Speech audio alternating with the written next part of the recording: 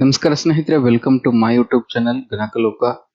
ಈ ವಿಡಿಯೋದಲ್ಲಿ Microsoft Excel ನ ಒಂದು ಪರಿಚಯವನ್ನ ಮಾಡಿಕೊಡ್ತಾ ಇದ್ದೇನೆ.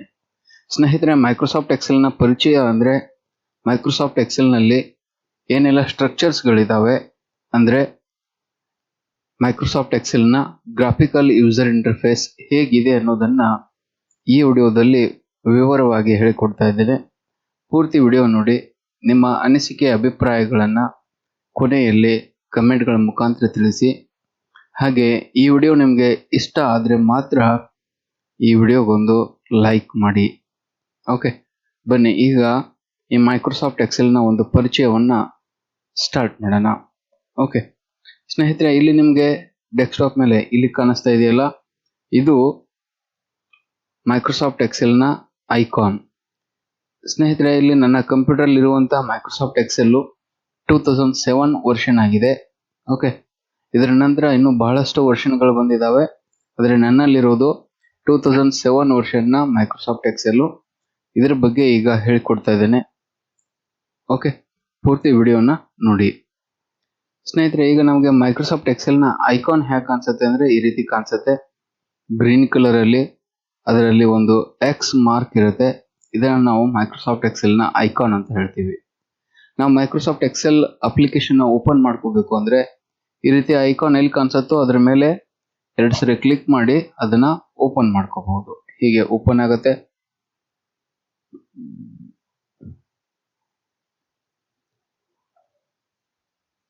ಈಗ ಮೈಕ್ರೋಸಾಫ್ಟ್ ಎಕ್ಸೆಲ್ ಓಪನ್ ಆಗಿದೆ. ಇದು ಒಂದೇ ಮೆಥಡ್. ಹಾಗೆ ನಾವು ಮೈಕ್ರೋಸಾಫ್ಟ್ ಎಕ್ಸೆಲ್ ಐಕಾನ್ ಅನ್ನ ಹೇಗೆಲ್ಲ ಪಡಿಬಹುದು ಅಂದ್ರೆ ಇಲ್ಲಿ ಸರ್ಚ್ ಬಾಕ್ಸ್ ಇದೆ. ಸರ್ಚ್ ಬಾಕ್ಸ್ ಅಲ್ಲಿ ಎಕ್ಸೆಲ್ ಅಂತ ಟೈಪ್ ಮಾಡಿದ್ರೆ ಇಲ್ಲಿ ಕೂಡ ನಮಗೆ ಆ ಒಂದು ಐಕಾನು ಸಿಗತ್ತೆ. ಕಂಪ್ಯೂಟರ್ ಸ್ಲೋ ಆಗಿದೆ. ಇಲ್ಲಿ ಎಕ್ಸೆಲ್ ಅಂತ ಟೈಪ್ ಮಾಡೋಣ. ಎಕ್ಸೆಲ್ ಅಂತ ಟೈಪ್ ಮಾಡಿದ್ರೆ ಇಲ್ಲಿ ಕಾಣಿಸ್ತಾ ಇದೆ ಮೈಕ್ರೋಸಾಫ್ಟ್ ಎಕ್ಸೆಲ್ ಐಕಾನ್ ಬಂದಿದೆ. ಇದರ ಮೇಲೆ ಕೂಡ ನಾವು ಕ್ಲಿಕ್ ಮಾಡಿ ಓಪನ್ ಮಾಡ್ಕೋಬಹುದು. ಓಕೆ, ಹಾಗೆ ಈ ಮೈಕ್ರೋಸಾಫ್ಟ್ ಎಕ್ಸೆಲ್ ನಾವು ಹೀಗೂ ಕೂಡ ಪಡಿಬಹುದು. ಯಾವುದು? ಸ್ಟಾರ್ಟ್ ಬಟನ್ ಮೇಲೆ ಹೋಗೋಣ. ಸ್ಟಾರ್ಟ್ ಬಟನ್ ಮೇಲೆ ಹೋದ್ರೆ ಈ ಸ್ಟಾರ್ಟ್ ಮೆನು ಅಂತ ಬರುತ್ತೆ. ಸ್ಟಾರ್ಟ್ ಬಟನ್ ಮೇಲೆ ಕ್ಲಿಕ್ ಮಾಡಿದಾಗ ಸ್ಟಾರ್ಟ್ ಮೆನು ಓಪನ್ ಆಗುತ್ತೆ. ಸ್ಟಾರ್ಟ್ ಮೆನು ಅಲ್ಲೂ ಕೂಡ ನಾವು ಮೈಕ್ರೋಸಾಫ್ಟ್ ಎಕ್ಸೆಲ್ ಐಕಾನ್ ಅನ್ನ ಶಾರ್ಟ್ಕಟ್ ಅಲ್ಲಿ ಇಟ್ಕೊಂಡಿರಬಹುದು. ಇಲ್ಲಿ ಕೂಡ ನಿಮಗೆ ಐಕಾನ್ ಕಂಡ್ರೆ ಇದ್ರ ಮೇಲೆ ಕೂಡ ಕ್ಲಿಕ್ ಮಾಡಿ ಓಪನ್ ಮಾಡಬಹುದು. ಇದನ್ನ ಬಿಟ್ರೆ ನೀವು ಈ ಸ್ಟಾರ್ಟ್ ಬಟನ್ ಮೇಲೆ ಕ್ಲಿಕ್ ಮಾಡಿದಾಗ ಇಲ್ಲಿ ಆಲ್ ಪ್ರೋಗ್ರಾಮ್ಸ್ ಲಿಸ್ಟ್ ಬರುತ್ತೆ. ಇದರಲ್ಲಿ ನಮಗೆ ಮೈಕ್ರೋಸಾಫ್ಟ್ ಆಫೀಸ್ ಅಂತ ಫೋಲ್ಡರ್ ಸಿಗುತ್ತೆ. ಇದ್ರ ಮೇಲೆ ಕ್ಲಿಕ್ ಮಾಡೋಣ. ಕ್ಲಿಕ್ ಮಾಡಿದ್ರೆ ಈ ಮೈಕ್ರೋಸಾಫ್ಟ್ ಆಫೀಸ್ ಅಲ್ಲಿ ಯಾವೆಲ್ಲ ಅಪ್ಲಿಕೇಶನ್ಸ್ ಇದಾವೆ ಎಲ್ಲ ಅಪ್ಲಿಕೇಶನ್ಸ್ ಲಿಸ್ಟ್ ಇಲ್ಲಿ ನಮ್ಗೆ ತೋರಿಸ್ತಾ ಇರುತ್ತೆ. ಇದರಲ್ಲಿ ನಮಗೆ ಮೈಕ್ರೋಸಾಫ್ಟ್ ಎಕ್ಸೆಲ್ ಐಕಾನ್ ಎಲ್ಲಿದೆ ಅಂತ ಹುಡುಕಾಡೋಣ. ಅದ್ರ ಮೇಲೆ ಕ್ಲಿಕ್ ಮಾಡಿ ಓಪನ್ ಮಾಡಬಹುದು. ಓಕೆ, ಇಲ್ಲಿದೆ ರೀ ಮೈಕ್ರೋಸಾಫ್ಟ್ ಎಕ್ಸೆಲ್ ಐಕಾನು. ಇದ್ರ ಮೇಲೆ ಕ್ಲಿಕ್ ಮಾಡಿ ನಾವು ಓಪನ್ ಮಾಡಬಹುದು. ಓಕೆ, ಹಾಗೆ ಇನ್ನೊಂದು ಮೆಥಡ್ ಇದೆ ಸ್ನೇಹಿತರೆ. ಆ ಮೆಥಡ್ ಅಲ್ಲಿ ಕೂಡ ನಾವು ಮೈಕ್ರೋಸಾಫ್ಟ್ ಎಕ್ಸೆಲ್ ಅನ್ನು ಓಪನ್ ಮಾಡಬಹುದು. ಅದು ಯಾವುದು ಅಂದ್ರೆ ರನ್ ವಿಂಡೋ ಮುಖಾಂತರ. ನಿಮ್ಮ ಕೀಬೋರ್ಡ್ ಅಲ್ಲಿರುವಂತಹ ಸ್ಟಾರ್ಟ್ ಬಟನ್ ಹಿಡಿದು ಆರ್ ಅಂತ ಟೈಪ್ ಮಾಡಿ. ಟೈಪ್ ಮಾಡಿದಾಗ ರನ್ ವಿಂಡೋ ಬರುತ್ತೆ. ಈ ರನ್ ವಿಂಡೋದಲ್ಲಿ ನಾವು ಸಿಂಪಲ್ ಆಗಿ ಏನ್ ಮಾಡಬೇಕು, ಎಕ್ಸೆಲ್ ಅಂತ ಟೈಪ್ ಮಾಡಬೇಕು. ಎಕ್ಸೆಲ್ ಅಂತ ಟೈಪ್ ಮಾಡಿ ಓಕೆ ಕೊಟ್ರೆ ಮೈಕ್ರೋಸಾಫ್ಟ್ ಎಕ್ಸೆಲ್ ಓಪನ್ ಆಗಿರುತ್ತೆ. ಓಕೆ ಸ್ನೇಹಿತರೆ, ಈಗ ಮೈಕ್ರೋಸಾಫ್ಟ್ ಎಕ್ಸೆಲ್ ಐಕಾನ್ ಓಪನ್ ಆಗಿದೆ. ಇದರಲ್ಲಿ ಗ್ರಾಫಿಕಲ್ ಯೂಸರ್ ಇಂಟರ್ಫೇಸ್ ಏನೇನ್ ಆಗಿದೆ ಅನ್ನೋದನ್ನ ನಾವು ತಿಳ್ಕೊಳ್ಳೋಣ. ಏನೇನ್ ಇದಾವೆ ಗ್ರಾಫಿಕಲ್ ಯೂಸರ್ ಇಂಟರ್ಫೇಸ್ ಏನೇನಿದಾವೆ, ಅಥವಾ ಈ ಮೈಕ್ರೋಸಾಫ್ಟ್ ಎಕ್ಸೆಲ್ ನಲ್ಲಿ ಏನೆಲ್ಲ ಸ್ಪೆಸಿಫಿಕೇಶನ್ಸ್ ಗಳಿದಾವೆ ಅಥವಾ ಸ್ಟ್ರಕ್ಚರ್ಸ್ ಗಳಿದಾವೆ ಅನ್ನೋದನ್ನ ನಾವೀಗ ತಿಳಿದುಕೊಳ್ಳೋಣ. ಓಕೆ ಸ್ನೇಹಿತರೆ, ಇಲ್ಲಿ ನಾನು ಸ್ವಲ್ಪ ದೊಡ್ಡದು ಮಾಡಿ ತೋರಿಸ್ತಾ ಇದ್ದೀನಿ ನೋಡಿ.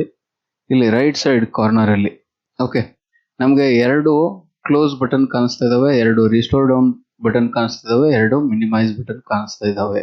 ಓಕೆ, ಇಲ್ಲಿ 2 ಯಾವುದಕ್ಕೆ ಸಂಬಂಧಪಟ್ಟಿದ್ದು ಅಂದ್ರೆ ಮೇಲೆ ಏನು ನಮಗೆ ಮಿನಿಮೈಸ್, ರಿಸ್ಟೋರ್ ಡೌನ್, ಕ್ಲೋಸ್ ಕಾಣಿಸ್ತಾ ಇದಾವೆ, ಇದು ಮೈಕ್ರೋಸಾಫ್ಟ್ ಎಕ್ಸೆಲ್ ವಿಂಡೋಗೆ ಸಂಬಂಧಿಸಿದ್ದು.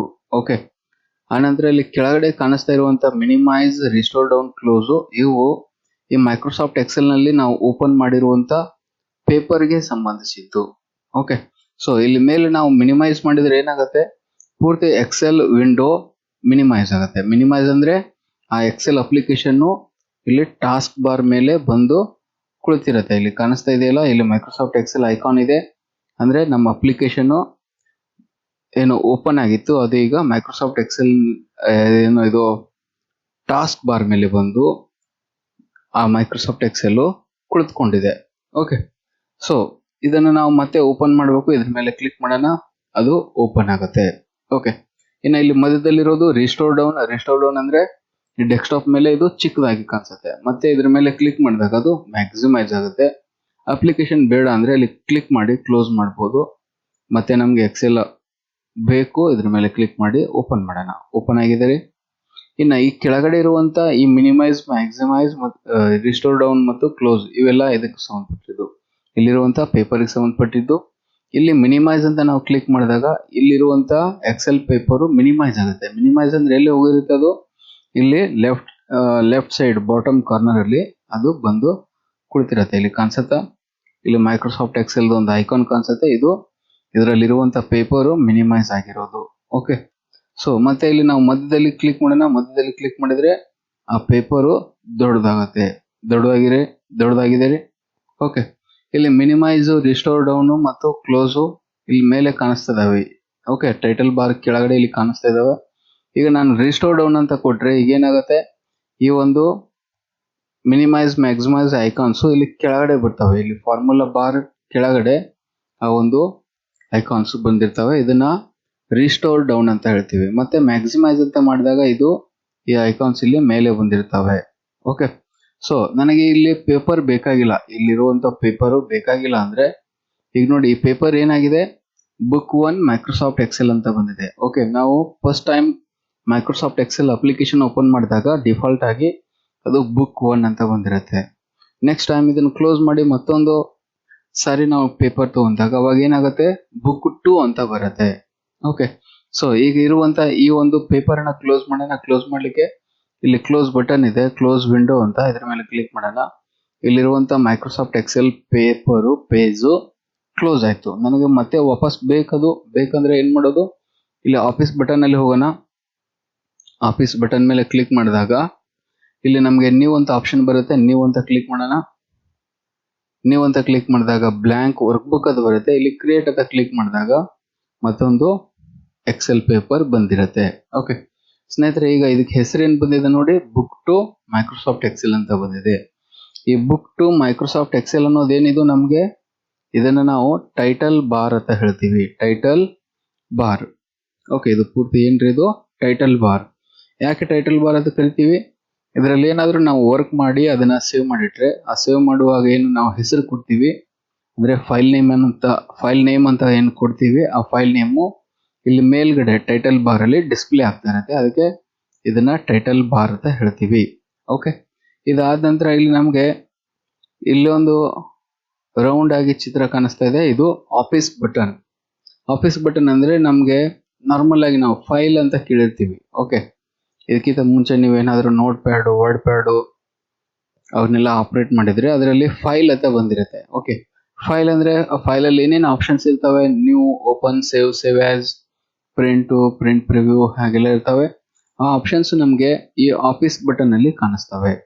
ಯಾವಾಗ ಈ ಆಫೀಸ್ ಬಟನ್ ಮೇಲೆ ಕ್ಲಿಕ್ ಮಾಡ್ತೀವೋ ಅವಾಗ ನಮ್ಗೆ ಏನಾಗುತ್ತೆ, ಆಫೀಸ್ ಬಟನ್ ಅಲ್ಲಿ ಇರುವಂತೆ ಎಲ್ಲಾ ಆಪ್ಷನ್ಸ್ಗಳು ಓಪನ್ ಆಗ್ತವೆ.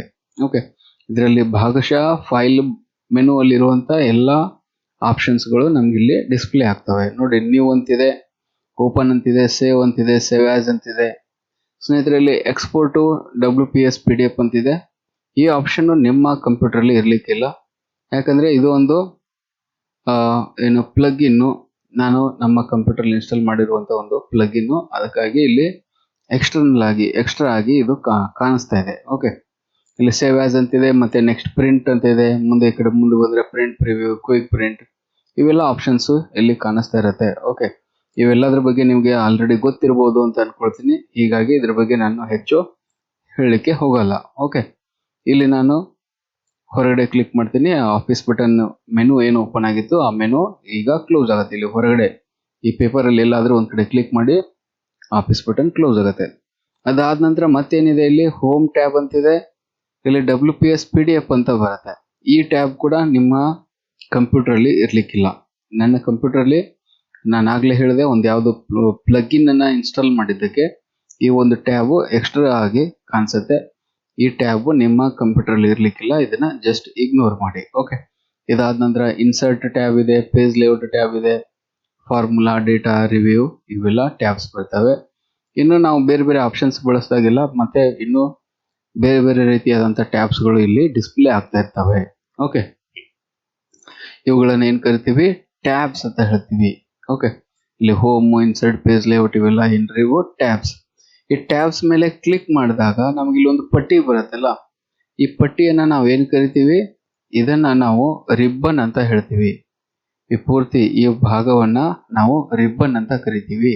ಓಕೆ, ಇಲ್ಲಿ ಪ್ರತಿಯೊಂದು ಯಾವುದೇ ನೀವು ಟ್ಯಾಬ್ ಅನ್ನ ಪ್ರೆಸ್ ಮಾಡಿ, ಆ ಟ್ಯಾಬ್ ಪ್ರೆಸ್ ಮಾಡಿದಾಗ ಅದರದೇ ಆದಂತ ಒಂದು ರಿಬ್ಬನ್ ಓಪನ್ ಆಗುತ್ತೆ. ಓಕೆ, ಈ ರಿಬ್ಬನ್ ಮೇಲೆ ಏನಿರ್ತಾವ್ರಿ? ರಿಬ್ಬನ್ ಮೇಲೆ ನಮ್ಗೆ ಟೂಲ್ಸ್ ಗಳಿರ್ತವೆ, ಟೂಲ್ಸ್ ಅಥವಾ ಆಪ್ಷನ್ಸ್ ಗಳಿರ್ತವೆ.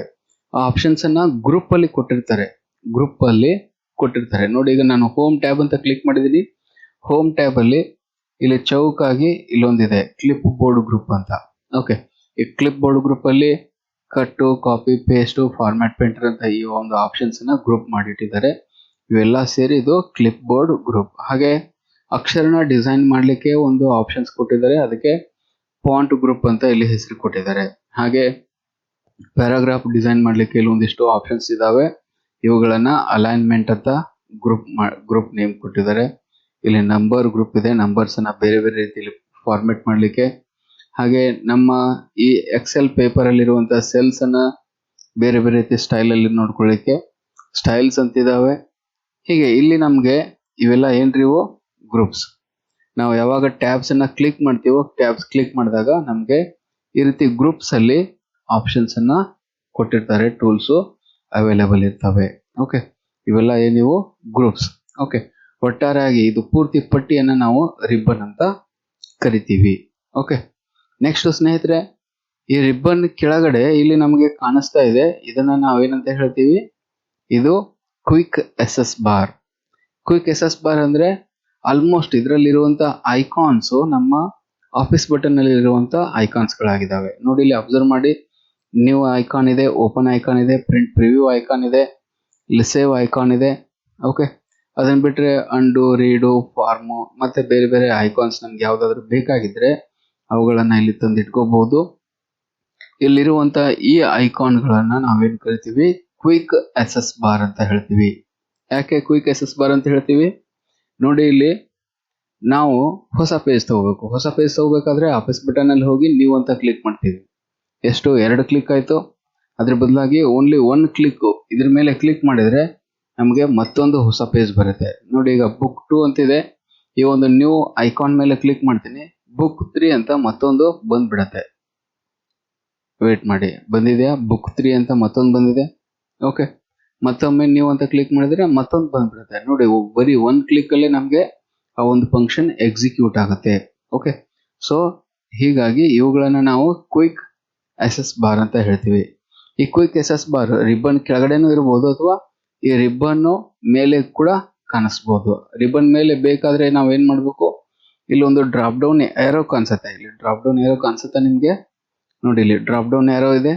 ಈ ಡ್ರಾಪ್ ಡೌನ್ ಏರೋ ಮೇಲೆ ಕ್ಲಿಕ್ ಮಾಡಿದಾಗ ಇಲ್ಲಿ ಕೆಳಗಡೆ ಬನ್ನಿ, ಶೋ ಅಬೌವ್ ದ ರಿಬ್ಬನ್ ಅಂತ ಆಪ್ಷನ್ ಕಾಣಿಸುತ್ತೆ. ಇದ್ರ ಮೇಲೆ ಕ್ಲಿಕ್ ಮಾಡಿದಾಗ ಇದೇನಾಗಿರುತ್ತೆ?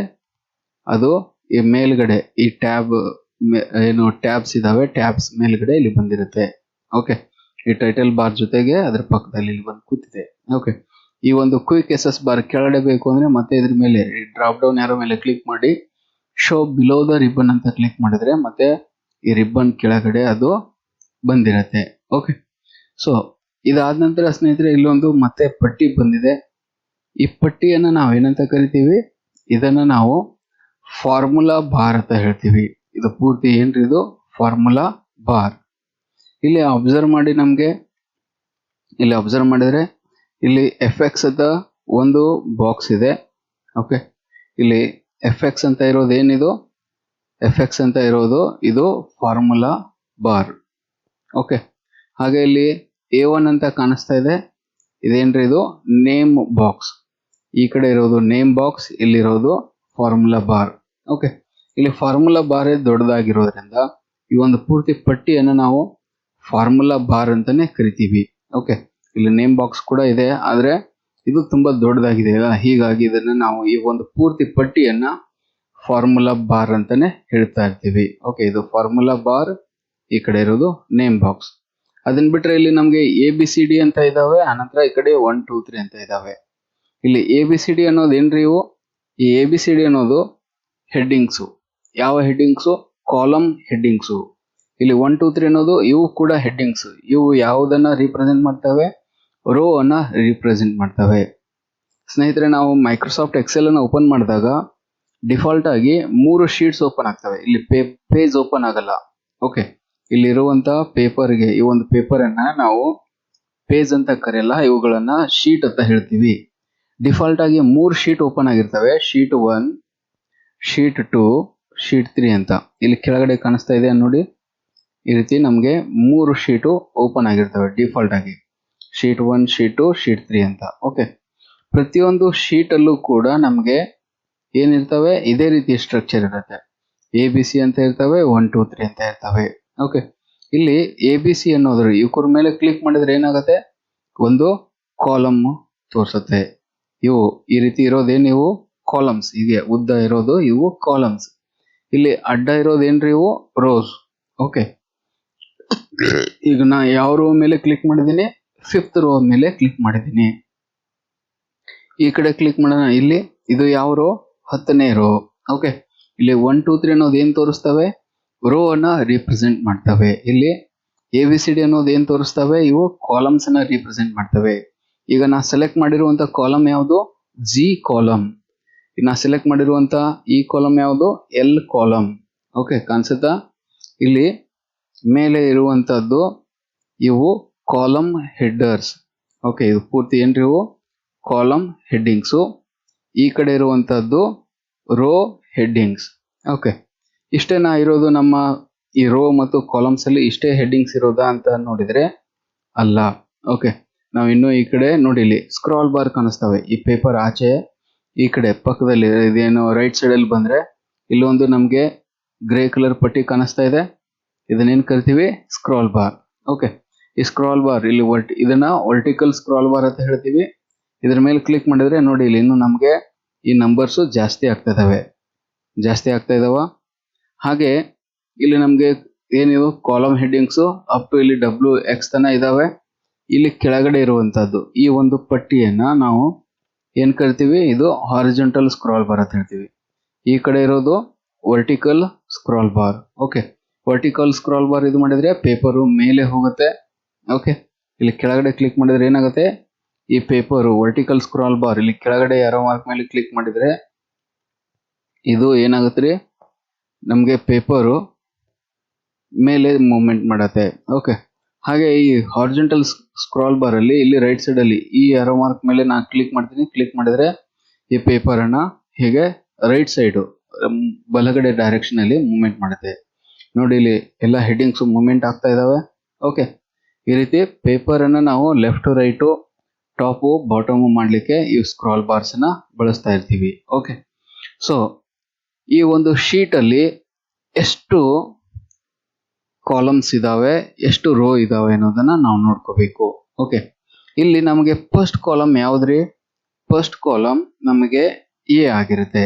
A ಅನ್ನೋದು ಫಸ್ಟ್ ಕಾಲಮ್ ಆಗಿರುತ್ತೆ. A ಅನ್ನೋದು ಏನ್ ತೋರಿಸುತ್ತೆ? ABCD ಇವು ಕಾಲಮ್ಸ್ ನ ರಿಪ್ರೆಸೆಂಟ್ ಮಾಡ್ತವೆ.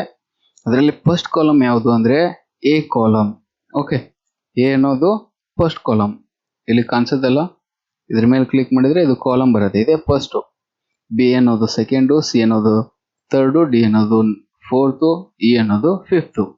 ಹೀಗೆ ನನಗೆ ಲಾಸ್ಟ್ ಕಾಲಮ್ ಯಾವುದಿದೆ ಈ ಎಕ್ಸೆಲ್ ಶೀಟ್ ಅಲ್ಲಿ, ಲಾಸ್ಟ್ ಕಾಲಮ್ ಯಾವುದಿದೆ ಅಂತ ತಿಳ್ಕೋಬೇಕು ಅಂದ್ರೆ ನಮ್ಮ ಕೀಬೋರ್ಡ್ ಅಲ್ಲಿ ಕಂಟ್ರೋಲ್ ಬಟನ್ ಹಿಡಿದು ಈ ಆರೋ ಕೀಯಲ್ಲಿ ರೈಟ್ ಡೈರೆಕ್ಷನ್ ಅಲ್ಲಿ ಇರುವಂತ ಆ ಒಂದು ಆರೋ ಕೀಯನ್ನ ಪ್ರೆಸ್ ಮಾಡಬೇಕು. ಪ್ರೆಸ್ ಮಾಡಿದ್ರೆ ಆ ಫಸ್ಟ್ ಕಾಲಮ್ ಇಂದ ಲಾಸ್ಟ್ ಕಾಲಮ್ಗೆ ನಮ್ಮ ಕರ್ಸರ್ ಜಂಪ್ ಆಗುತ್ತೆ.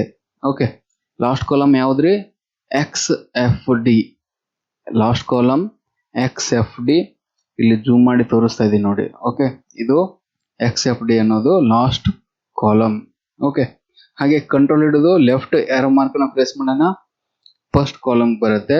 ಇದು A ಅನ್ನೋದು ಫಸ್ಟ್ ಕಾಲಮ್. ಸ್ನೇಹಿತರೆ, ಇಲ್ಲಿ ನಾವು ಈ ಕಾಲಮ್ಸು ಮತ್ತು ರೋ ಇವುಗಳ ಜೊತೆಗೆ ಇಲ್ಲಿ ನಮಗೆ ಲೈನ್ ಕಾಣಿಸ್ತಾ ಇದಾವೆ. ಈ ಪೇಪರ್ ಅಲ್ಲಿ ಲೈನ್ಸ್ ಕಾಣಿಸ್ತಾ ಇದಾವೆ. ಓಕೆ, ಈ ಕಾಲಮ್ಸ್ ನ ರೀಪ್ರೆಸೆಂಟ್ ಮಾಡುತ್ತೆ, ರೋ ನ ರೀಪ್ರೆಸೆಂಟ್ ಮಾಡ್ತವೆ. ಈ ಕಾಲಮ್ಸು ಮತ್ತು ರೋ ಎರಡು ಇಂಟರ್ಸೆಕ್ಟ್ ಆದಾಗ ಅಲ್ಲಿ ಒಂದು ಚೌಕ್ ಬಾಕ್ಸ್ ಕ್ರಿಯೇಟ್ ಆಗುತ್ತೆ. ಓಕೆ, ಸೊ ಇಲ್ಲಿ ಅಬ್ಸರ್ವ್ ಮಾಡಿ. ಓಕೆ, ಇಲ್ಲಿ ನಾನು ಇಲ್ಲಿ ಕ್ಲಿಕ್ ಮಾಡಿದ್ದೇನೆ. ಓಕೆ, ಮೌಸ್ ಪಾಯಿಂಟರ್ನ ಇಲ್ಲಿ ಕ್ಲಿಕ್ ಮಾಡಿದ್ದೇನೆ. ಓಕೆ, ಕ್ಲಿಕ್ ಮಾಡಿದಾಗ ಇಲ್ಲಿ ಏನಾಗಿದೆ, ಜಿ ಕಾಲಮ್ ಹೀಗೆ ಬಂದಿದೆ. ಇದು ಜಿ ಕಾಲಮ್. ಓಕೆ, ಹಾಗೆ ಇಲ್ಲಿ 10th ರೋ ಹೀಗೆ ಮೂವ್ಮೆಂಟ್ ಆಗಿದೆ. 10th ರೋ ಏನಾಗಿದೆ, ಈ ರೀತಿ ಮೂವ್ಮೆಂಟ್ ಆಗಿದೆ. ಈ ಒಂದು ರೋ ಮತ್ತು ಕಾಲಮ್ಸು ಎರಡು ಇಂಟರ್ಸೆಕ್ಟ್ ಆದಾಗ ಇಲ್ಲಿ ಏನಾಗಿದೆ, ಒಂದು ಚೌಕ್ ಬಾಕ್ಸ್ ಕ್ರಿಯೇಟ್ ಆಗಿದೆ. ಓಕೆ, ಈ ಚೌಕ್ ಬಾಕ್ಸ್ ಅನ್ನ ನಾವು ಏನಂತ ಕರಿತೀವಿ, ಇದನ್ನ ನಾವು ಸೆಲ್ ಅಂತ ಹೇಳ್ತೀವಿ. ಓಕೆ, ಒಂದು ಕಾಲಮ್ಸ್ ಮತ್ತು ರೋ ಎರಡು ಇಂಟರ್ಸೆಕ್ಟ್ ಆದಾಗ ಇಲ್ಲಿ ಒಂದು ಚೌಕ್ ಬಾಕ್ಸ್ ಕ್ರಿಯೇಟ್ ಆಗುತ್ತಲ್ಲ, ಇದನ್ನ ನಾವು ಏನ್ ಕರಿತೀವ್ರಿ, ಸೆಲ್ ಅಂತ ಹೇಳ್ತೀವಿ. ಓಕೆ, ಇಲ್ಲಿರೋದೆಲ್ಲ ಸೆಲ್ಸ್. ಇಲ್ಲಿ ನಮ್ಗೆ ಏನ್ ಚೌಕ್ ಬಾಕ್ಸ್ ಕಾಣಿಸ್ತಾ ಇದಾವೆ ಇವೆಲ್ಲ ಸೆಲ್ಸ್. ಓಕೆ, ಇದರಲ್ಲಿ ಫಸ್ಟ್ ಸೆಲ್ ಯಾವುದು, ಇಲ್ಲಿರೋದು ಇದು ಫಸ್ಟ್ ಸೆಲ್. ಓಕೆ, ಈ ಫಸ್ಟ್ ಸೆಲ್ ಹೆಸರೇನು, ಇಲ್ಲಿರುವಂತ ಸೆಲ್ಲಿಗೆ ಪ್ರತಿಯೊಂದು ಸೆಲ್ಲಿಗೂ ಕೂಡ ಹೆಸರಿರುತ್ತೆ. ಓಕೆ, ಇಲ್ಲಿ ನಾನು ಫಸ್ಟ್ ಸೆಲ್ ಯಾವುದು, ಇಲ್ಲಿ ಕಾರ್ನರ್ ಅಲ್ಲಿ ಇಟ್ಟಿದ್ದೀನಿಲ್ಲ, ಇದು ಫಸ್ಟ್ ಸೆಲ್.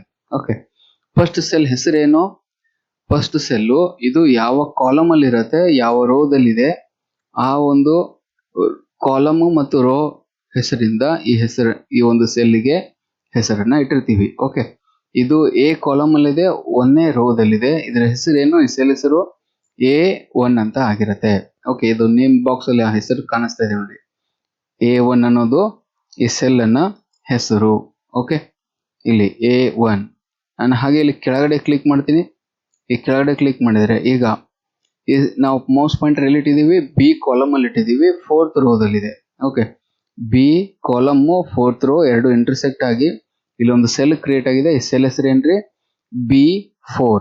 4B ಅಂತ ಹೇಳಲ್ಲ, B4 ಅಂತ ಹೇಳ್ತೀವಿ. ಫಸ್ಟ್ ಕಾಲಮ್ ಹೆಸರನ್ನ ತಗೊಳ್ತೀವಿ, ಆಮೇಲೆ ರೋ ನಂಬರ್ ಅನ್ನ ತಗೊಂಡು ಇದರ ಹೆಸರನ್ನ ಹೇಳ್ತೀವಿ. ಓಕೆ, ಇದರ ಹೆಸರು ಏನ್ರಿ, B4.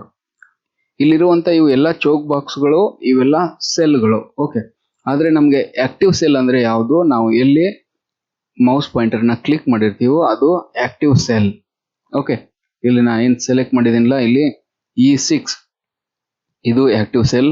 ಉಳಿದಿರೋದೆಲ್ಲ ಬರೀ ಸೆಲ್ಸ್. ಆಕ್ಟಿವ್ ಸೆಲ್ ಯಾಕೆ ಅನ್ಸುತ್ತೆ, ಡಾರ್ಕ್ ಬ್ಲ್ಯಾಕ್ ಥಿಕ್ ಬಾರ್ಡರ್ ಇಂದ ಕಾಣಿಸುತ್ತೆ. ಇದು ಆಕ್ಟಿವ್ ಸೆಲ್, ಉಳಿದಿರೋದೆಲ್ಲ ಬರೀ ಸೆಲ್ಸ್. ಓಕೆ, ನೆನ್ಪಿಟ್ಕೊಳ್ಳಿ. ಇಲ್ಲಿ ನಾನು ಆಗ್ಲೇ ಎಷ್ಟು ರೋ ಇದಾವೆ, ಎಷ್ಟು ಕಾಲಮ್ಸ್ ಇದಾವೆ ಅಂತ ಹೇಳ್ತಾ ಇದ್ದೆ. ಓಕೆ, ಇಲ್ಲಿ ನಾನು ಫಸ್ಟ್ಗೆ ಕ್ಲಿಕ್ ಮಾಡ್ತೀನಿ. ಓಕೆ, ಇದು A1 ಸೆಲ್ ಅನ್ನ ತೋರಿಸುತ್ತೆ. ಇದರಲ್ಲಿ ಎ ಅನ್ನೋದು ಫಸ್ಟ್ ಕಾಲಮ್ಮು. ನಾವು ಕಂಟ್ರೋಲ್ ಬಟನ್ ಹಿಡಿದು ಈ ಕಡೆ ರೈಟ್ ಡೈರೆಕ್ಷನ್ ಇರುವಂತ ಆರೋ ಕೀನ ಪ್ರೆಸ್ ಮಾಡಿದ್ರೆ ಲಾಸ್ಟ್ ಕಾಲಮ್ ತೋರಿಸುತ್ತೆ, ಅದು XFD. ಕಂಟ್ರೋಲ್ ಬಟನ್ ಹಿಡಿದು ಲೆಫ್ಟ್ ಡೈರೆಕ್ಷನ್ ಅಲ್ಲಿ ಇರುವಂತ ಆರೋ ಕೀನ ಪ್ರೆಸ್ ಮಾಡಿದ್ರೆ ಫಸ್ಟ್ ಕಾಲಮ್ಗೆ ಬರುತ್ತೆ. ಫಸ್ಟ್ ಕಾಲಮ್ ಯಾವುದು, A. Last column XFD. ಹಾಗೆ ಫಸ್ಟ್ ರೋ ಯಾವುದು, ಫಸ್ಟ್ ರೋ ನಮ್ಗೆ 1. ಓಕೆ, ಇಲ್ಲಿ ನಂಬರ್ 1 ಅಂತ ಕಾಣಿಸುತ್ತಲ್ಲ, ಇದು ಫಸ್ಟ್ ರೋ. ಹಾಗೆ ಕಂಟ್ರೋಲ್ ಬಟನ್ ಹಿಡಿದು ಡೌನ್ ಆರೋ ಮಾರ್ಕ್ ನ ಪ್ರೆಸ್ ಮಾಡೋಣ. ಡೌನ್ ಆರೋ ಮಾರ್ಕ್ ಪ್ರೆಸ್ ಮಾಡಿದ್ರೆ ನಮ್ಗೆ ಲಾಸ್ಟ್ ರೋ ಇಲ್ಲಿ ಡಿಸ್ಪ್ಲೇ ಆಗುತ್ತೆ. ಆ ಲಾಸ್ಟ್ ರೋ ಯಾವ್ದ್ರಿ, ಇಲ್ಲಿ ಕಾಣಿಸುತ್ತೆ ನೋಡ್ರಿ, ಇದು ಲಾಸ್ಟ್ ರೋ.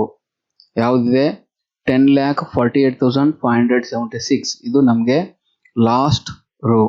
ಓಕೆ ಸ್ನೇಹಿತರೆ, ಇಲ್ಲಿ ನೀವು ತಿಳ್ಕೊಳ್ಳಿ, ನಮ್ಮ ಒಂದು ಕಿಂಗ್ ಸೈಜ್ ನೋಟ್ಬುಕ್, ನಾವು ನಾರ್ಮಲ್ ಆಗಿ ಬಳಸುವಂತ ಕಿಂಗ್ ಸೈಜ್ ನೋಟ್ಬುಕ್ ಅಲ್ಲಿ ಎಷ್ಟು ಲೈನ್ಸ್ ಇರ್ತವೆ, ಒಂದು 45-50 ಲೈನ್ ಇರಬಹುದು. ಓಕೆ, ಆದ್ರೆ ಇದರಲ್ಲಿ ಎಷ್ಟಿದಾವೆ, ಇದರಲ್ಲಿ ಒಂದು ಶೀಟ್ ಅಲ್ಲಿ 10,48,576 ಲೈನ್ಗಳಿದಾವೆ.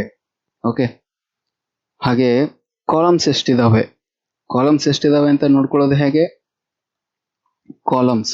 ಓಕೆ, ಈಗ ಮೊದಲು ನಾವು ಫಸ್ಟ್ ರೋಗ್ ಹೋಗೋಣ. ಕಂಟ್ರೋಲ್ ಬಟನ್ ಹಿಡಿದು ಅಪ್ಪರ್ ಆರೋ ಮಾರ್ಕ್ ಮಾಡೋಣ. ಅಪ್ಪರ್ ಆರೋ ಕೀನ ಪ್ರೆಸ್ ಮಾಡಿದ್ರೆ ಫಸ್ಟ್ ರೋಗೆ ಈ ಒಂದು ಪಾಯಿಂಟರ್ ಇಲ್ಲಿ ಬಂದಿರುತ್ತೆ. ಓಕೆ, ಸೊ ಇಲ್ಲಿ ಫಸ್ಟ್ ರೋ 1, ಲಾಸ್ಟ್ ರೋ 10,48,576. ಅಂದ್ರೆ ಟೋಟಲ್ ರೋ ಎಷ್ಟಾದವು, 10,48,576 ಆದವು. ಹಾಗೆ ಟೋಟಲ್ ಕಾಲಮ್ಸ್ ಎಷ್ಟಿದಾವೆ ಅಂತ ತಿಳ್ಕೊಬೇಕಾದ್ರೆ ಅದಕ್ಕೇನ್ ಮಾಡೋದು, ಇಲ್ಲಿ ಕಾರ್ನರ್ ಅಲ್ಲಿ ಈ ರೋ ನಂಬರ್ಸು ಮತ್ತು ಅಲ್ಫಾಬೆಟ್ಸು ಇವೆರಡರ ಮಧ್ಯದಲ್ಲಿ ಇಲ್ಲಿ ಒಂದು ಟ್ರಯಾಂಗಲ್ ಕಾಣಿಸುತ್ತೆ. ಈ ಟ್ರಯಾಂಗಲ್ ಮೇಲೆ ಕ್ಲಿಕ್ ಮಾಡೋಣ. ಕ್ಲಿಕ್ ಮಾಡಿದ್ರೆ ನೇಮ್ ಬಾಕ್ಸ್ ಅಲ್ಲಿ ನಮಗೆ ಎಷ್ಟು ರೋ ಇದಾವೆ ಎಷ್ಟು ಕಾಲಮ್ಸ್ ಇದಾವೆ ಅನ್ನೋ ಇನ್ಫಾರ್ಮೇಶನ್ ಸಿಗತ್ತೆ. ಎಷ್ಟಿದಾವ್ರಿ? 10,48,576 ಆರ್ ಅಂದ್ರೆ ರೋ. ಓಕೆ, ಹಾಗೆ 16,384 ಸಿ ಅಂದ್ರೆ ಕಾಲಮ್ಸು. ಒಂದು ಶೀಟ್ ಅಲ್ಲಿ 10,48,576 ರೋ ಇದಾವೆ, 16,384 ಕಾಲಮ್ಸ್ ಇದಾವೆ ಅಂತ ಇಲ್ಲಿ ನಮಗೆ ಇನ್ಫಾರ್ಮೇಶನ್ ಸಿಗ್ತಾ ಇದೆ. ಯಾವುದು? ನೇಮ್ ಬಾಕ್ಸ್ ಅಲ್ಲಿ. ಅರ್ಥ ಆಯ್ತಾ? ಓಕೆ, ಸೊ ಇದನ್ನ ನಾನು ಮಿನಿಮೈಸ್ ಮಾಡ್ತೀನಿ.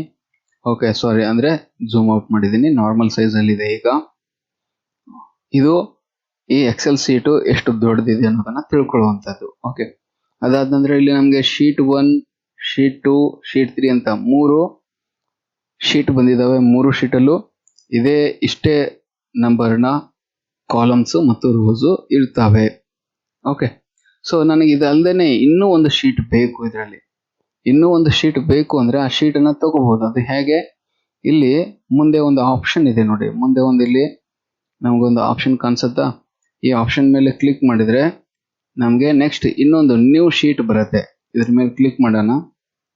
ಕ್ಲಿಕ್ ಮಾಡಿದ್ರೆ ಶೀಟ್ 4 ಅಂತ ಬಂತು. ಮತ್ತೆ ಕ್ಲಿಕ್ ಮಾಡೋಣ, ಶೀಟ್ 5 ಅಂತ ಬರುತ್ತೆ, ಶೀಟ್ 6 ಅಂತ ಬರುತ್ತೆ. ಹೀಗೆ ನೀವು ಎಷ್ಟು ಬೇಕೋ ಅಷ್ಟು ಶೀಟ್ ಅನ್ನ ಇದರಲ್ಲಿ ಓಪನ್ ಮಾಡಬಹುದು. ನನಗೀಗ ಈ ಶೀಟ್ ಬೇಡ ಅಂದ್ರೆ ರೈಟ್ ಕ್ಲಿಕ್ ಮಾಡಿ ಡಿಲೀಟ್ ಅಂತ ಕೊಡಬಹುದು. ಆ ಶೀಟ್ ಹೊರಟೋಗುತ್ತೆ. ಶೀಟ್ 5 ಬೇಡ, ರೈಟ್ ಕ್ಲಿಕ್ ಮಾಡಿ ಡಿಲೀಟ್ ಮಾಡೋಣ, ಡಿಲೀಟ್ ಆಗುತ್ತೆ. ಈಗ ನನಗೆ ಮತ್ತೆ ಒಂದು ಶೀಟ್ ಅನ್ನ ಇದರಲ್ಲಿ ತಗೋಬೇಕು ಅಂದ್ರೆ ಇಲ್ಲಿ ಮುಂದೆ ಕ್ಲಿಕ್ ಮಾಡಿದ್ರೆ ಮತ್ತೊಂದು ಶೀಟ್ ಬರುತ್ತೆ. ಆದ್ರೆ ಇಲ್ಲಿ ನಮ್ಗೆ ನೆಕ್ಸ್ಟ್ ಶೀಟ್ ಅಲ್ಲಿ ಬೇಡ. ಇಲ್ಲಿ ಶೀಟ್ 1 ಮತ್ತು 2 ಇವೆರಡರ ಮಧ್ಯದಲ್ಲಿ ಬೇಕು. ಅದಕ್ಕೆ ಏನ್ ಮಾಡೋದು? ಇಲ್ಲಿ ರೈಟ್ ಕ್ಲಿಕ್ ಮಾಡಿ ಇನ್ಸರ್ಟ್ ಅಂತ ಕೊಡಿ. ಅವೆರಡರ ಮಧ್ಯದಲ್ಲಿ ಒಂದು ವರ್ಕ್ ಶೀಟ್ ಅನ್ನ ನಾವು ಹಾಕೋಬಹುದು. ಇಲ್ಲಿ ವರ್ಕ್ ಶೀಟ್ ಅಂತ ಸೆಲೆಕ್ಟ್ ಮಾಡಿ ಓಕೆ ಅಂತ ಕೊಟ್ರೆ ಮತ್ತೊಂದು ವರ್ಕ್ ಶೀಟು ಈ ಶೀಟ್ 1 ಮತ್ತು ಶೀಟ್ 2 ಮಧ್ಯದಲ್ಲಿ ಬಂದಿರುತ್ತೆ. ಓಕೆ, ಇಲ್ಲಿ ಶೀಟ್ 1, 2 ಮಧ್ಯದಲ್ಲಿ ಶೀಟ್ 8 ಅಂತ ಇದೆ. ನನಗೆ ಈ ಹೆಸರು ಬೇಡ, ಬೇರೆ ಹೆಸರು ಬೇಕು. ರೈಟ್ ಕ್ಲಿಕ್ ಮಾಡೋಣ, ಇಲ್ಲಿ ರೀನೇಮ್ ಅಂತ ಕ್ಲಿಕ್ ಮಾಡೋಣ. ರೀನೇಮ್ ಅಂತಂದ್ರೆ ಈ ರೀತಿ ಸೆಲೆಕ್ಟ್ ಆಗುತ್ತೆ. ಈಗ ಅದ್ರ ಬದಲಾಗಿ ನಾವು ಬೇರೆ ಹೆಸರನ್ನ ಕೊಡಬಹುದು. ಇದಕ್ಕೆ ಹೆಸರು ಏನು ಕೊಡೋಣ? ABC ಅಂತ ಕೊಡೋಣ. ABC ಅಂತ ಹೆಸರು ಬಂದಿದೆ. ಹೀಗೆ ನಮ್ಗೆ ಬೇರೆ ಯಾವ ಹೆಸರು ಬೇಕೋ ಆ ಹೆಸರನ್ನ ತಗೋಬಹುದು. ಇದ್ರ ಮೇಲೆ ಡಬಲ್ ಕ್ಲಿಕ್ ಮಾಡ್ರಿ. ಡಬಲ್ ಕ್ಲಿಕ್ ಮಾಡಿದ್ರೆ ಆ ಶೀಟ್ ಸೆಲೆಕ್ಟ್ ಆಗುತ್ತೆ. ಆ ಶೀಟ್ ಟ್ಯಾಬ್ ಸೆಲೆಕ್ಟ್ ಆಗುತ್ತೆ. ಇಲ್ಲಿ ನಾವು ಹೆಸರು ಏನ್ ಬೇಕಾದ್ರೂ ಕೊಡ್ಬೋದು. ಇಲ್ಲಿ ಹೆಸರು ಕೂಡ DEF ಅಂತ ಕೊಟ್ಟಿದ್ದೇವ್ರಿ. ಹೀಗೆ ಹೆಸರನ್ನು ಕೂಡ ಚೇಂಜಸ್ ಮಾಡಬಹುದು. ಹಾಗೆ ರೈಟ್ ಕ್ಲಿಕ್ ಮಾಡಿ ಇಲ್ಲಿ ಈ DEF ಈ ಶೀಟ್ ಅಲ್ಲಿ ನಾ ಏನೋ ಒಂದಿಷ್ಟು ಬರಿತೀನಿ. ಬರೆಯನ್ರಿ, ಇಲ್ಲಿ ಕ್ಲಿಕ್ ಕಲರ್ ಹಾಕಿದ್ದೀನಿ. ಓಕೆ, ಕಲರ್ ಹಾಕಿದ್ದೀನಿ. ಇದರಲ್ಲಿ ನಾ ಏನೋ ಒಂದಿಷ್ಟು ಬರಿತಾ ಇದ್ದೀನಿ. ಓಕೆ, ಈಗ ನನಗೆ ಈ DEF ಶೀಟ್ ಅನ್ನ ನಾನು ಡುಪ್ಲಿಕೇಟ್ ಮಾಡ್ಕೋಬೇಕು. ಡುಪ್ಲಿಕೇಟ್ ಮಾಡ್ಕೊಳ್ಳೋದು ಹೇಗೆ? ರೈಟ್ ಕ್ಲಿಕ್ ಮಾಡಿ ಇಲ್ಲಿ ಮೂವ್ ಆರ್ ಕಾಪಿ ಅಂತ ಆಪ್ಷನ್ ಇದೆ. ಇಲ್ಲಿ ನಮಗೆ ಕ್ರಿಯೇಟ್ ಕಾಪಿ ಅಂತ ಕ್ಲಿಕ್ ಮಾಡೋಣ. ಓಕೆ ಕೊಟ್ರೆ ಈ DEF ಅನ್ನೋದು ಮತ್ತೊಂದು ನಮಗೆ ಶೀಟ್ ಆಗಿ ಡೂಪ್ಲಿಕೇಟ್ ಆಗಿರುತ್ತೆ. ಓಕೆ, ಇಲ್ಲಿ ಅಬ್ಸರ್ವ್ ಮಾಡಿ DEF ಅಂತ ಇಲ್ಲಿದೆ. ಅದೇ DEF2 ಅನ್ನೋದು ಮತ್ತೊಂದು ಇಲ್ಲಿ ಬಂದಿದೆ. ಓಕೆ, ಈಗ DEF ಈ ಒಂದು ಶೀಟ್ ಅಲ್ಲಿ ಏನಿತ್ತು ಅದ್ರದ್ದೊಂದು ಡುಪ್ಲಿಕೇಟ್ ಏನಾಗಿದೆ, ಆ ಒಂದು ಇನ್ಫಾರ್ಮೇಶನ್ ಈ DEF2 ಈ ಶೀಟ್ ಅಲ್ಲೂ ಕೂಡ ಬಂದಿದೆ. ಓಕೆ, ಅರ್ಥ ಆಗುತ್ತಾ? ಈಗ ನೋಡಿ, DEF ಮೇಲೆ ನಾನು ಕ್ಲಿಕ್ ಮಾಡ್ತೀನಿ. DEF ಕ್ಲಿಕ್ ಮಾಡಿದ್ರೆ ಅದರಲ್ಲೂ ಕೂಡ ಸೇಮ್ ಇನ್ಫಾರ್ಮೇಶನ್ ಇದೆ. DEF2 ದಲ್ಲೂ ಕೂಡ ಸೇಮ್ ಇನ್ಫಾರ್ಮೇಶನ್ ಇದೆ. ಹೀಗೆ ನಾವು ಶೀಟ್ ಅನ್ನ ಡುಪ್ಲಿಕೇಟ್ ಮಾಡಬಹುದು. ಸರಿ ಸ್ನೇಹಿತರೆ, ಈಗ ನಾನು ಇಲ್ಲಿ ಒಂದಿಷ್ಟು ಏನೋ ಬರ್ದಿದ್ದೀನಿ. ಮತ್ತೊಬ್ರು ಯಾರೋ ಬರ್ತಾರೆ, ಇಲ್ಲಿ ಚೇಂಜಸ್ ಮಾಡ್ತಾರೆ. ಮತ್ತೊಬ್ರು ನಾನು ಹೀಗೆ ಬಿಟ್ಟು ಹೋದಾಗ ಯಾರೋ ಒಬ್ರು ಮತ್ತೊಬ್ರು ಯೂಸರ್ ಬರ್ತಾರೆ, ಬಂದು ಇಲ್ಲಿರುವಂತ ಇನ್ಫಾರ್ಮೇಶನ್ ಅಲ್ಟರ್ ಮಾಡುವಂತ ಚಾನ್ಸಸ್ ಇರುತ್ತೆ. ಈ ರೀತಿ ಅಲ್ಟರ್ ಮಾಡಬಾರ್ದು ಅನ್ನೋದಿದ್ರೆ ಈ ಒಂದು ಶೀಟ್ ಅನ್ನ ನಾವು ಪ್ರೊಟೆಕ್ಟ್ ಮಾಡಿಡಬಹುದು. ಅದು ಹೇಗೆ? ಇಲ್ಲಿ ರೈಟ್ ಕ್ಲಿಕ್ ಮಾಡಿ ಪ್ರೊಟೆಕ್ಟ್ ಶೀಟ್ ಅಂತ ಸಿಗುತ್ತೆ. ಈ ಪ್ರೊಟೆಕ್ಟ್ ಶೀಟ್ ಅಲ್ಲಿ ನಾವು ಪಾಸ್ವರ್ಡ್ ಅನ್ನ ಹಾಕ್ಬಹುದು. ನಮ್ಗೆ ಬೇಕಾದಂತ ಪಾಸ್ವರ್ಡ್ ಹಾಕ್ಬಹುದು. ಓಕೆ ಅಂತ ಕ್ಲಿಕ್ ಮಾಡಿದ್ರೆ ಮತ್ತೊಮ್ಮೆ ಕನ್ಫರ್ಮ್ ಪಾಸ್ವರ್ಡ್ ಅಂತ ಕೇಳುತ್ತೆ. ಮತ್ತೆ ಆ ಒಂದು ಪಾಸ್ವರ್ಡ್ ಅನ್ನ ಎಂಟರ್ ಮಾಡಬೇಕು. ಓಕೆ ಅಂತ ಕೊಟ್ರೆ ಈಗ ಈ ಶೀಟು ನಾವು ಓದ್ಕೋಬಹುದು, ನೋಡಬಹುದು. ಆದ್ರೆ ಇದರಲ್ಲಿ ನಾವು ಏನನ್ನು ಟೈಪ್ ಮಾಡೋಕ್ಕಾಗಲ್ಲ, ಚೇಂಜಸ್ ಮಾಡ್ಲಿಕ್ಕೆ ಆಗಲ್ಲ. ಯಾಕಂದ್ರೆ ಇದಕ್ಕೆ ನಾವು ಪಾಸ್ವರ್ಡ್ ಅನ್ನ ಹಾಕಿ ಪ್ರೊಟೆಕ್ಟ್ ಮಾಡಿಟ್ಟಿದೀವಿ. ಓಕೆ, ಸೊ ಇದು ರೀಡ್ ಓನ್ಲಿ ಆಗಿರುತ್ತೆ. ರೈಟ್ ಮಾಡ್ಲಿಕ್ಕೆ ಇಲ್ಲಿ ಚಾನ್ಸಸ್ ಇರಲ್ಲ. ಮತ್ತೆ ಇದರಲ್ಲಿ ಏನಾದ್ರೂ ನಾವು ಬರೀಬೇಕು, ಅದಕ್ಕೆ ಏನ್ ಮಾಡೋದು? ರೈಟ್ ಕ್ಲಿಕ್ ಮಾಡಿ ಇಲ್ಲಿ ಅನ್ಪ್ರೊಟೆಕ್ಟ್ ಶೀಟ್ ಅಂತ ಕೊಡಬೇಕು. ಮೊದಲು ನಾವೇನ್ ಪಾಸ್ವರ್ಡ್ ಹಾಕಿದೀವೋ ಅದನ್ನ ಹಾಕಿ ಓಕೆ ಮಾಡಬಹುದು. ಮತ್ತೆ ಈಗ ನಾವು ಬರೀಲಿಕ್ಕೆ ಇದು ಓಪನ್ ಆಗುತ್ತೆ. ಓಕೆ, ಹಾಗೆ ಇಲ್ಲಿ ರೈಟ್ ಕ್ಲಿಕ್ ಮಾಡೋಣ. ಇಲ್ಲಿ ಟ್ಯಾಬ್ ಕಲರ್ ಹಾಕ್ಬಹುದು. ಇಲ್ಲಿ ನಮ್ಗೆ ಎಲ್ಲ ಅಷ್ಟು ಗ್ರೇ ಕಲರ್ ಕಾಣಿಸ್ತವೆ. ಬೇರೆ ಬೇರೆ ಕಲರ್ ಅಲ್ಲಿ ಬೇಕು ಅಂದ್ರೆ ಬೇರೆ ಬೇರೆ ರೀತಿಯಲ್ಲಿ ಕಲರ್ಸ್ ಅನ್ನ ಹಾಕೋಬಹುದು. ಈ ಶೀಟ್ ಟ್ಯಾಬ್ಗೆ ಕಲರ್ ಅನ್ನ ಹಾಕೊಳ್ಳೋದು. ಇಲ್ಲಿ ಗ್ರೀನ್ ಕಲರ್ ಬೇಕು, ಗ್ರೀನ್ ಕಲರ್ ನ ಹಾಕ್ಬಹುದು. ಹೀಗೆ ನಮ್ಗೆ ಯಾವ ಕಲರ್ ಬೇಕೋ ಆ ಕಲರ್ ಮೇಲೆ ಕ್ಲಿಕ್ ಮಾಡಿ ಆ ಕಲರ್ ಅನ್ನ ಇಲ್ಲಿ ನಾವು ತಗೋಬಹುದು. ಓಕೆ, ಇಲ್ಲಿ ಗ್ರೀನ್ ಕಲರ್ ಇದೆ. ಹಾಗೆ DEF ಅನ್ನೋದು ರೆಡ್ ಕಲರ್ ಅಲ್ಲಿ ಇದೆ. ನನಗೆ ಈ DEF ಶೀಟು ಬೇರೆದವರಿಗೆ ಕಾಣಿಸ್ಬಾರ್ದು ಅಂದ್ರೆ ನಾವು ಏನ್ ಮಾಡ್ಬೋದು, ಅದನ್ನ ಹೈಡ್ ಮಾಡ್ಬೋದು. ಇಲ್ಲಿ ಹೈಡ್ ಅಂತ ಕ್ಲಿಕ್ ಮಾಡಿ ಆ ಶೀಟು ಹೈಡ್ ಆಗುತ್ತೆ. ಮತ್ತೆ ಆ ಶೀಟ್ ನನಗೆ ವಾಪಸ್ ಬೇಕು ಅಂದ್ರೆ ಇಲ್ಲಿ ಅನ್ಹೈಡ್ ಅಂತ ಕ್ಲಿಕ್ ಮಾಡಿ. ಅನ್ಹೈಡ್ ಅಂತ ಕ್ಲಿಕ್ ಮಾಡಿದಾಗ ಒಂದು ಇಲ್ಲಿ ಬಾಕ್ಸ್ ಬರುತ್ತೆ. ಯಾಕೋ ಕಂಪ್ಯೂಟರ್ ಸ್ಲೋ ಆಗಿದೆ. ಇಲ್ಲಿ ಬಂದಿದ್ದೀರಿ DEF ಅಂತ ಓಕೆ ಕೊಡಿ. ಆ DEF ಮತ್ತೆ ಓಪನ್ ಆಗುತ್ತೆ. ಓಕೆ, ಇದು ಇಲ್ಲಿ ಶೀಟ್ ಅಲ್ಲಿ ಇರುವಂತ ಆಪ್ಷನ್ಸ್ ಸ್ನೇಹಿತರೆ. ಓಕೆ, ಸೊ ಈಗ ನಾವು ನೆಕ್ಸ್ಟ್ ನೋಡ್ಕೊಳ್ಳೋಣ. ಇಲ್ಲಿ ನಮಗೆ ಹೆಡ್ಡಿಂಗ್ಸ್ ಕಾಣಿಸ್ತಾ ಇದಾವೆ, ಹೆಡ್ಡಿಂಗ್ಸ್ ಕಾಣಿಸ್ಬಾರ್ದು. ಓಕೆ, ಇಲ್ಲಿ ಲೈನ್ ಇದಾವೆ. ಈ ಲೈನ್ ಅನ್ನ ನಾವೇನ್ ಕರಿತೀವಿ, ಗ್ರಿಡ್ ಲೈನ್ಸ್ ಅಂತ ಹೇಳ್ತೀವಿ. ಇದು ಇಲ್ಲಿ ಕಾಣಿಸುವಂತ ಲೈನ್ಸ್ ಯಾವುದು, ಗ್ರಿಡ್ ಲೈನ್ಸ್. ಹಾಗೆ ಇಲ್ಲಿ ಮೇಲೆ ಫಾರ್ಮುಲಾ ಬಾರ್ ಇದೆ. ಇವೆಲ್ಲ ಬೇಡ ಅಂದ್ರೆ ನಾವು ತೆಗಿಬಹುದು, ಬೇಕು ಅಂದ್ರೆ ತಗೋಬಹುದು. ಅದು ಹೇಗೆ, ವ್ಯೂ ಟ್ಯಾಬ್ ಅಲ್ಲಿ ಹೋಗೋಣ. ಇಲ್ಲಿ ನನಗೆ ಗ್ರಿಡ್ ಲೈನ್ಸ್ ಬೇಡ, ಇದ್ರ ಮೇಲೆ ಕ್ಲಿಕ್ ಮಾಡಿ ಇಲ್ಲಿರುವಂತಹ ಗ್ರಿಡ್ ಲೈನ್ಸ್ ಹೊರಟೋಗ್ತವೆ. ನನಗೆ ಹೆಡ್ಡಿಂಗ್ಸ್ ABCD 1 2 3 ಹೆಡ್ಡಿಂಗ್ಸ್ ಬೇಡ, ಇದ್ರ ಮೇಲೆ ಕ್ಲಿಕ್ ಮಾಡೋಣ, ಅದು ಹೊರಟೋಗುತ್ತೆ. ಈ ಫಾರ್ಮುಲಾ ಬಾರ್ ಕೂಡ ಬೇಡ, ಅದ್ರ ಮೇಲೆ ಕ್ಲಿಕ್ ಮಾಡಬಹುದು, ಅದು ಕೂಡ ಹೊರಟೋಗುತ್ತೆ. ಓಕೆ, ನನಗೆ ಮತ್ತೆ ಅವು ಬೇಕು ಅಂದ್ರೆ ಫಾರ್ಮುಲಾ ಬಾರ್ ಅಂತ ಕ್ಲಿಕ್ ಮಾಡಬಹುದು, ಅದು ವಾಪಸ್ ಬರುತ್ತೆ. ಹೆಡ್ಡಿಂಗ್ಸ್ ಅಂತ ಕ್ಲಿಕ್ ಮಾಡಬಹುದು, ಅದು ಬರುತ್ತೆ. ಗ್ರಿಡ್ ಲೈನ್ಸ್ ಅಂತ ಕ್ಲಿಕ್ ಮಾಡಬಹುದು, ಇವು ಕೂಡ ವಾಪಸ್ ಬರ್ತವೆ. ಓಕೆ, ಇದಾದ ನಂತರ ನಮ್ಗೆ ಇಲ್ಲಿ ಕೆಳಗಡೆ ಇನ್ನೊಂದು ಪಟ್ಟಿ ಇದೆ ಸ್ನೇಹಿತರೆ. ಈ ಪಟ್ಟಿಯನ್ನ ನಾವೇನ್ ಕರಿತೀವಿ, ಇದು ಸ್ಟೇಟಸ್ ಬಾರ್ ಅಂತ ಹೇಳ್ತೀವಿ. ಓಕೆ, ಇದು ಪೂರ್ತಿ ಏನ್ರಿ, ಇದು status bar. Okay, Microsoft Excel ಅಲ್ಲಿ ಇರುವ ಅಂತ ಇದು ಈ ಒಂದು ಪಟ್ಟಿ, ಇದು ಸ್ಟೇಟಸ್ ಬಾರ್. ಈ ಸ್ಟೇಟಸ್ ಬಾರ್ ಅಲ್ಲಿ ಏನೇನ್ ಇದಾವೆ ಅಂತ ನೋಡೋಣ. ಇಲ್ಲಿ ನಮ್ಗೆ ವ್ಯೂಸ್ ಕಾಣಿಸ್ತವೆ. ಈ ಎಕ್ಸೆಲ್ ಶೀಟ್ ಅನ್ನ ಬೇರೆ ಬೇರೆ ರೀತಿಯಾಗಿ ನಾವು ವ್ಯೂ ಮಾಡಬಹುದು. ಫಸ್ಟ್ ಒನ್ ಇರೋದು ಪ್ರಿಂಟ್ ಲೇಔಟ್, ಎರಡನೇದು ಫಸ್ಟ್ ಒನ್ ನಾರ್ಮಲ್ ವ್ಯೂ, ಎರಡನೇದು ಪ್ರಿಂಟ್ ಲೇಔಟ್, ಮೂರನೇದು ಪೇಜ್ ಬ್ರೇಕ್ ಪ್ರಿವ್ಯೂ ಅಂತ ಹೇಳ್ತೀವಿ. ಆ 3 ವ್ಯೂಸ್ ಇಲ್ಲಿ ಕಾಣಿಸ್ತವೆ. ಓಕೆ, ಆನಂತರ ಇಲ್ಲಿ ನಮಗೆ ಇನ್ನೊಂದು ಇಲ್ಲಿ ಮೈನಸ್ ಪ್ಲಸ್ ಅಂತ ಇದೆ. ಅದರ ಮಧ್ಯೆ ಒಂದು ಲೈನ್ ಇದೆ, ಲೈನ್ ಅಲ್ಲಿ ಒಂದು ಸ್ಲೈಡರ್ ಇದೆ. ಇದನ್ನು ನಾವು ಏನಂತ ಕರಿತೀವಿ, ಇದನ್ನ ನಾವು ಜೂಮ್ ಸ್ಲೈಡರ್ ಅಂತ ಹೇಳ್ತೀವಿ. ಇಲ್ಲಿರುವಂತ ಈ ಭಾಗವನ್ನ ಜೂಮ್ ಸ್ಲೈಡರ್ ಅಂತ ಹೇಳ್ತೀವಿ. ಓಕೆ, ಜೂಮ್ ಸ್ಲೈಡರ್ ಏನ್ ಮಾಡುತ್ತೆ, ಇಲ್ಲಿ ಮೈನಸ್ ಕಡೆ ನಾವು ಕ್ಲಿಕ್ ಮಾಡಿದ್ರೆ ಏನಾಗುತ್ತೆ, ಈ ಪೇಪರು ನಮಗೆ ಕಂಪ್ಯೂಟರ್ ಸ್ಲೋ ಆಗಿದೆ. ಇಲ್ಲಿ ಮೈನಸ್ ಕಡೆ ಕ್ಲಿಕ್ ಮಾಡಿದ್ರೆ ಏನಾಗುತ್ತೆ, ಈ ಪೇಪರು ಜೂಮ್ ಔಟ್ ಆಗುತ್ತೆ. ನೋಡಿ 10% ಜೂಮ್ ಔಟ್ ಆಗುತ್ತೆ. ಹಾಗೆ ನಾವು ಇಲ್ಲಿ ಪ್ಲಸ್ ಕಡೆ ತಗೊಂಡು ಹೋದ್ರೆ ಈ ಪೇಪರ್ ದೊಡ್ಡದಾಗತ್ತೆ. ಇಲ್ಲಿ ಈ ಸ್ಲೈಡರ್ ಇಲ್ಲಿ 100% ಇತ್ತು ಅಂದ್ರೆ ಇದು ನಾರ್ಮಲ್ ಸೈಜ್. ಇಲ್ಲಿ 100% ಕಾಣಿಸುತ್ತಾ, ಇಲ್ಲಿ ಅಬ್ಸರ್ವ್ ಮಾಡಿ, ಇಲ್ಲಿ 100% ಕಾಣಿಸುತ್ತೆ. ಇದು 100% ಇತ್ತು ಅಂದ್ರೆ ನಮ್ಮ ಪೇಪರು ನಾರ್ಮಲ್ ಸೈಜ್ ಅಲ್ಲಿ ಇದೆ ಅಂತ. ಓಕೆ, ಇಲ್ಲಿ ಮೈನಸ್ ಅಂತ ಕ್ಲಿಕ್ ಮಾಡಿದ್ರೆ 10% ಜೂಮ್ ಔಟ್ ಆಗುತ್ತೆ.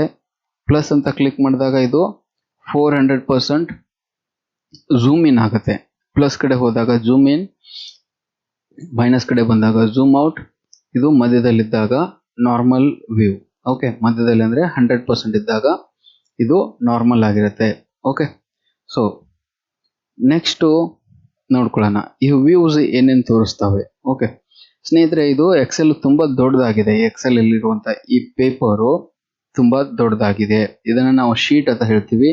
ಶೀಟ್ ಅಲ್ಲಿ 16,384 ಕಾಲಮ್ಸ್ ಇದಾವೆ. 10,48,576 ರೋ ಇದಾವೆ. ತುಂಬಾ ದೊಡ್ಡದಾಗಿ ಈ ಶೀಟ್ ಇದೆ. ಈ ದೊಡ್ಡದಾಗಿರುವಂತ ಶೀಟ್ ಅನ್ನ ನಾವು ಸಣ್ಣ ಸಣ್ಣ ಪೇಜಸ್ ಆಗಿ ಕಟ್ ಮಾಡಬೇಕು. ಅದಕ್ಕಾಗಿ ಈಗ ನಾವು ನೋಡ್ತಾ ಇರುವಂತದ್ದು ಈ ವ್ಯೂ ಯಾವುದು, ನಾರ್ಮಲ್ ವ್ಯೂ. ಈಗ ನಮ್ಗೆ ಕಾಣಿಸ್ತಾ ಇರೋದು ಇದು ನಾರ್ಮಲ್ ವ್ಯೂ. ಇದನ್ನ ನಾವು ಸಣ್ಣ ಸಣ್ಣ ಪೇಜಸ್ ಆಗಿ ಕಟ್ ಮಾಡಬೇಕು. ಅದಕ್ಕಾಗಿ ಇಲ್ಲಿ ಮಧ್ಯದಲ್ಲಿದೆ ಇದು ಪೇಜ್ ಲೇಔಟ್. ಓಕೆ, ಸಾರಿ, ಆಗ್ಲೇ ನಾ ಪ್ರಿಂಟ್ ಲೇಔಟ್ ಅಂತ ಹೇಳಿದೆ, ಇದು ಪೇಜ್ ಲೇಔಟ್. ಇಲ್ಲಿ ನೋಡಿ, ನಮ್ಗೆ ಈಗ ದೊಡ್ಡ ಶೀಟ್ ಇರೋದು ಏನಾಯ್ತು, ಈಗ ಪೇಜಸ್ ಆಗಿ ಕನ್ವರ್ಟ್ ಆಗಿದೆ ಪೂರ್ತಿ. ನೋಡಿ, ಇಲ್ಲಿ ಕೆಳಗಡೆ ತಗೊಳ್ರಿ, ಕೆಳಗಡೆ ಕೂಡ ಪೇಜಸ್ ಇರ್ತವೆ, ಮೇಲ್ಗಡೆ ಕೂಡ ಪೇಜಸ್ ಇದಾವೆ. ಇಲ್ಲಿ ಝೂಮ್ ಔಟ್ ಮಾಡ್ತೀನಿ, ಝೂಮ್ ಔಟ್ ಮಾಡಿ ತೋರಿಸಿದ್ರೆ ನೋಡ್ರಿ, ಇಲ್ಲಿ ನಮಗೆ ಚೌಕ್ ಬಾಕ್ಸ್ ಕಾಣಿಸ್ತಾ ಇದಾವೆ. ಇವೆಲ್ಲ ಏನ್ರಿ? ಇವೆಲ್ಲ ಒಂದೊಂದು ಪೇಜಸ್. ಈಗ ಕೆಳಗಡೆ ಹೋಗಿ, ಕೆಳಗಡೆ ಕೂಡ ನಮ್ಮ ಪೇಜಸ್ ಆಗಿರ್ತವೆ. ಪಕ್ಕದಲ್ಲಿ ಹೋಗಿ, ಪಕ್ಕದಲ್ಲಿ ಕೂಡ ಪೇಜಸ್ ಆಗಿರ್ತವೆ. ಓಕೆ, ಸೊ ಇಲ್ಲಿ ಮಧ್ಯದಲ್ಲಿರುವಂತ ಈ ಆಪ್ಷನ್ ಏನ್ರಿ? ಇದು ಪೇಜ್ ಲೇಔಟ್. ಇದನ್ನ 100% ಮಾಡ್ತೀನಿ. ಓಕೆ, 100% ಇದು ಪೇಜ್ ಲೇಔಟ್. ಇನ್ನು ಕೊನೆಗೆ, ಇಲ್ಲಿ ಕೊನೆಗಿರೋದೇನಿದು? Page break preview. ಅಂದ್ರೆ ಈ ಪೇಪರ್ ಅನ್ನು ನಾವು ಎಷ್ಟು ಬಳಸಿರ್ತೀವೋ ಆ ಬಳಸಿರುವಂತ ಪೇಜಸ್ ಅನ್ನ ಮಾತ್ರ ತೋರ್ಸತ್ತೆ. ನಾನು ಈ ಪೇಪರ್ ಅಲ್ಲಿ ಇಷ್ಟು ಮಾತ್ರ ಬರ್ದಿದ್ದೆ, ಇದು ಪೇಜ್ 1 ಅಲ್ಲಿ ಫಿಟ್ ಆಗಿದೆ. ಇಲ್ಲಿ ಪೇಜ್ 1 ಅಂತ ನಂಬರ್ ಕಾಣಿಸುತ್ತೆ. ಓಕೆ, ಇಲ್ಲಿ ವಾಟರ್ ಮಾರ್ಕ್ ಕಾಣಿಸುತ್ತಾ? ಪೇಜ್ 1 ಅಂತ. ಅದರಲ್ಲಿ ಎಲ್ಲಿವರೆಗೂ ನಾವು ಬರ್ದಿದ್ದೀವಿ? ಇಲ್ಲಿವರೆಗೂ ಬರ್ದಿದ್ದೀವಿ. ಇದು ಪೇಜ್ ಬ್ರೇಕ್ ಪ್ರಿವ್ಯೂ ಅಂತ ಹೇಳ್ತೀವಿ. ಮಧ್ಯದಲ್ಲಿರೋದು ಪೇಜ್ ಲೇಔಟ್, ಈ ಕಡೆ ಕೊನೆಗಿರೋದು ನಾರ್ಮಲ್ ವ್ಯೂ. ಓಕೆ, ಈ ರೀತಿಯಾಗಿ ನಾವು ಈ ಒಂದು ಎಕ್ಸೆಲ್ ನ ಸ್ಟ್ರಕ್ಚರ್ ಬಗ್ಗೆ ತಿಳ್ಕೋಬಹುದು. ಸ್ನೇಹಿತರೆ, ಇದಿಷ್ಟು ನಾನು ನಿಮಗೆ ಇಲ್ಲಿ ತಿಳಿಸ್ಕೊಡ್ಬೇಕಾದಂತ ವಿಷಯ. ಎಕ್ಸೆಲ್ ಅಲ್ಲಿ ಏನೇನಿದಾವೆ, ಎಕ್ಸೆಲ್ ಅಲ್ಲಿ ಸ್ಪೆಸಿಫಿಕೇಶನ್ಸ್ ಅಥವಾ ಗ್ರಾಫಿಕಲ್ ಯೂಸರ್ ಇಂಟರ್ಫೇಸ್ ಏನೇನಾಗಿದ್ದಾವೆ, ಏನೇನಿದಾವೇನೋ ಅಂತ ತಿಳಿಸಿಕೊಡುವಂತ ಒಂದು ಪ್ರಯತ್ನವನ್ನ ಮಾಡಿದ್ದೇನೆ. ಇದರ ನೆಕ್ಸ್ಟ್ ಮುಂದಿನ ವಿಡಿಯೋದಲ್ಲಿ ಇಲ್ಲಿ ನಾವು ಪೇಜ್ ಲೇಔಟ್ ಅಂತ ಕ್ಲಿಕ್ ಮಾಡಿ ಪೇಜ್ ಲೇಔಟ್ ಆಗಿ ಕನ್ವರ್ಟ್ ಮಾಡ್ತೀವಿ. ಆದರೆ ಈ ಪೇಜ್ ಸೆಟಪ್ ಮಾಡ್ಕೊಳ್ಳೋದು ಹೇಗೆ, ಪೇಜ್ ಸೆಟಪ್ ಮಾಡ್ಕೊಂಡು ಇದರಲ್ಲಿ ಯಾವ ರೀತಿ ಕೆಲಸ ಮಾಡಬಹುದು, ಯಾವ ರೀತಿ ಡೇಟಾ ಎಂಟ್ರಿ ಮಾಡಬಹುದು, ಆ ವಿಷಯವನ್ನ ಮುಂದಿನ ಒಂದು ವಿಡಿಯೋ ಕ್ಲಾಸಲ್ಲಿ ಹೇಳ್ಕೊಡ್ತಾ ಇದ್ದೇನೆ. ನೆಕ್ಸ್ಟ್ ವಿಡಿಯೋ, ಈ ಒಂದು ಗಣಕಲೋಕ ಯೂಟ್ಯೂಬ್ ಚಾನೆಲ್ ಅಲ್ಲಿ ಮೈಕ್ರೋಸಾಫ್ಟ್ ಎಕ್ಸೆಲ್ ಅಂತ ಒಂದು ಪ್ಲೇ ಲಿಸ್ಟ್ ಅನ್ನ ಮಾಡಿರ್ತೇನೆ. ಆ ಪ್ಲೇ ಲಿಸ್ಟ್ ಅಲ್ಲಿ ಈ ಮೈಕ್ರೋಸಾಫ್ಟ್ ಎಕ್ಸೆಲ್ಗೆ ಸಂಬಂಧಿಸಿದಂತ ಎಲ್ಲಾ ವಿಡಿಯೋಗಳು ಸಿಗ್ತವೆ. ಅವುಗಳಲ್ಲಿ ನೀವು ಸರ್ಚ್ ಮಾಡಿ ನೆಕ್ಸ್ಟ್ ಮುಂದಿನ ಒಂದು ವಿಡಿಯೋವನ್ನು ಕೂಡ ನೀವು ನೋಡ್ಕೋಬಹುದು. ಥ್ಯಾಂಕ್ ಯು ಸ್ನೇಹಿತರೆ, thanks for watching this video. ಈ ವಿಡಿಯೋ ಬಗ್ಗೆ ನಿಮ್ಮ ಅನಿಸಿಕೆ, ಅಭಿಪ್ರಾಯಗಳು ಏನಿದಾವೆ ಕಮೆಂಟ್ಗಳ ಮುಖಾಂತರ ತಿಳಿಸಿ. ಈ ವಿಡಿಯೋ ನಿಮಗೆ ಇಷ್ಟ ಆಗಿದ್ರೆ ಮಾತ್ರ ಲೈಕ್ ಮಾಡಿ. Okay, thank you, thanks for watching this video. ಜೈ ಹಿಂದ್, ಜೈ ಕರ್ನಾಟಕ.